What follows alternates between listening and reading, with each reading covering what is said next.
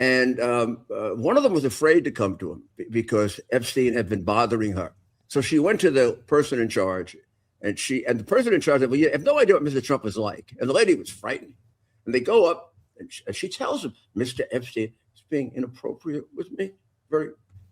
He said, what? And he looks at the older woman. He says, is it really bad? And she said, yeah, it's really bad. It's really bad, touching and stuff. He said, okay, let me show you what I'm going to do. Calls up Epstein, doesn't get him on the phone. He leaves a message. He said, this is Donald Trump, and probably calls him by his last name. Epstein, come by the golf course later today. All your stuff is there. And don't you ever show your face at the golf course of Mar-a-Lago again. Boom, hangs up. Y así, chavitos, brothers y brothercitas, vamos a oír la verdadera historia entre Epstein y Trump. Que por más que los demócratas están tratando de enredarlos y de hacer ver mal a Trump, hacerlo ver como algo que no es, brothers, y que es totalmente injusto que lo sigan haciendo. ¿Por qué lo sé? Porque ya hay muchas pruebas, ya las he enseñado aquí en el canal. Ha habido documentos del FBI diciendo que Trump era un informante del FBI para agarrar a Epstein. En el 2006 se convirtió. Trump sacó de Mar-a-Lago, lo corrió de Mar-a-Lago a Epstein, brothers. ¿Ustedes creen que si Epstein tuviera algo en contra de Trump o le tuviera secretitos, le hubiera permitido que lo corriera? Pues no, lo hubiera amenazado. Tú me corres, yo digo esto, güey. Sin embargo, Trump lo corrió y hizo que lo arrestara en el 2000, en el primero, antes del 2010 y luego en el 2017, Trump cuando se volvió presidente lo arrestó, brothers. O sea, Trump no tiene nada que le agarren con Epstein. Que hayan sido amigos durante un principio, antes de que se supiera que ese tipo estaba metido en cosas raras, Epstein, es una cosa. Pero no hay nadie mejor que lo pueda explicar que el que era o el que fue alcalde de Nueva York, brothers.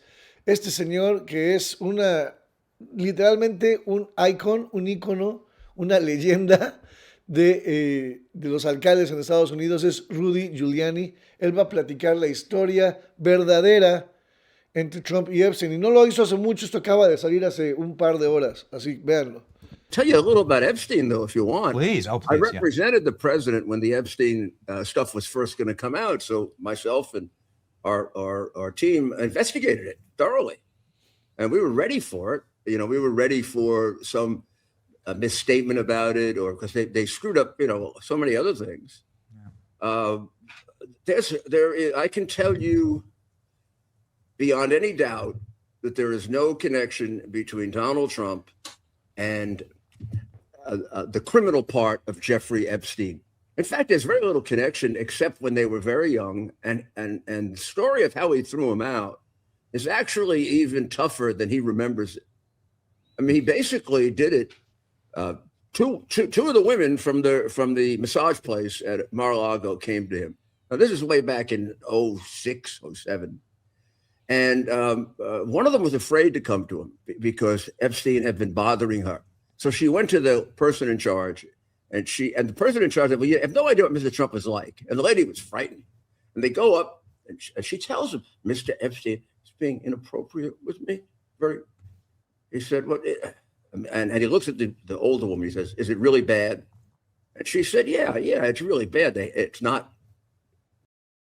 really bad, touching and stuff. He said, okay, let me show you what I'm going to do. Calls up Epstein, doesn't get him on the phone.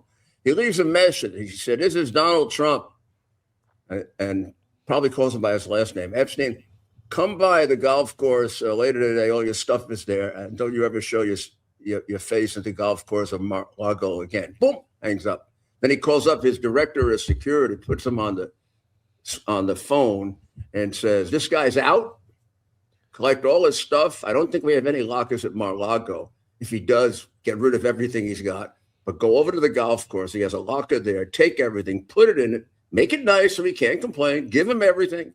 If there's any doubt, give it to him. Then put his picture up and don't let him in ever again. Ever.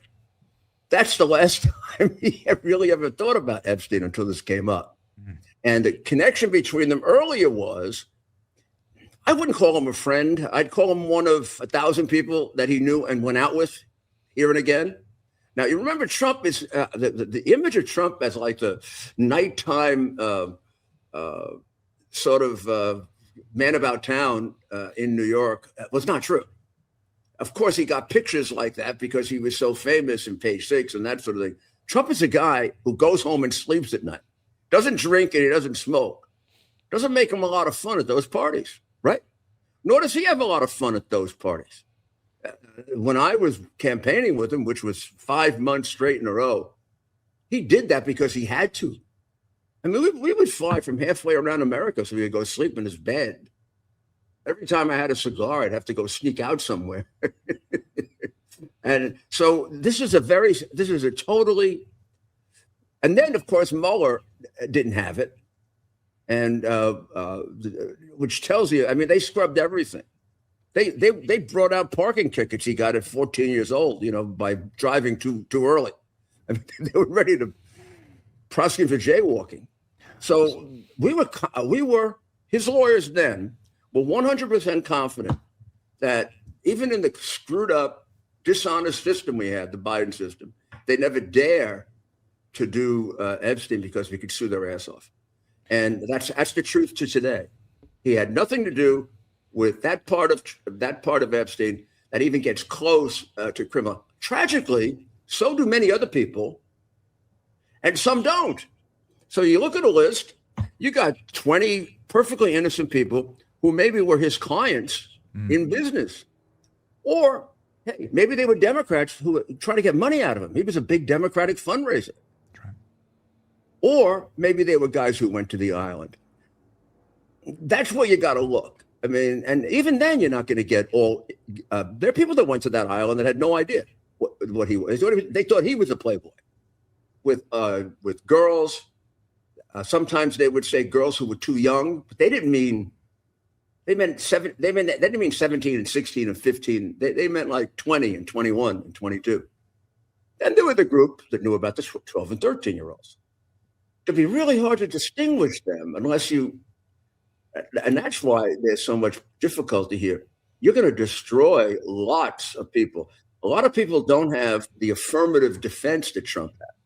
I mean, Trump went out of his way to throw him out of Mar-a-Lago. There are a lot of people, if God forbid it ever came to him, other people could call. We probably get 100 witnesses. And but most people can't. Most people, their name is there. Maybe he was a client. And nobody else knows what their relationship was with him.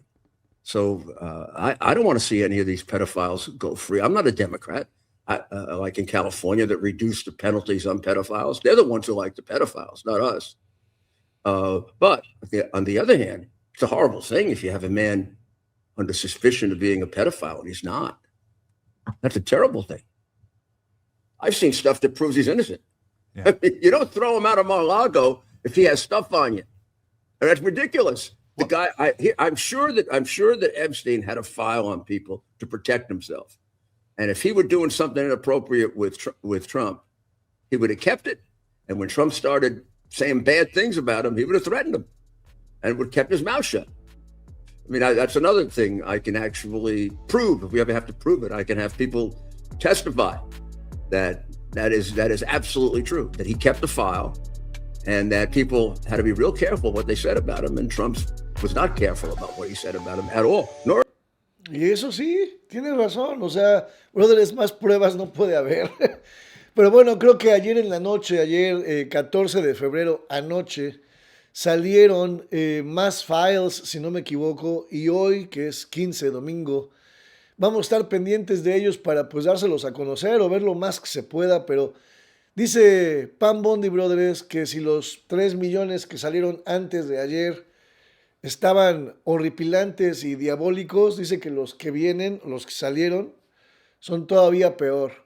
La verdad está, o sea, imagínense nada más lo que hay ahí, caray. Pero bueno, díganme qué piensan en los comentarios, por favor, chavos. Expandan esto tiene que verse, la verdad. O sea, compartan el video, suscríbanse para que el canal crezca. Y no se les olvide que los amo.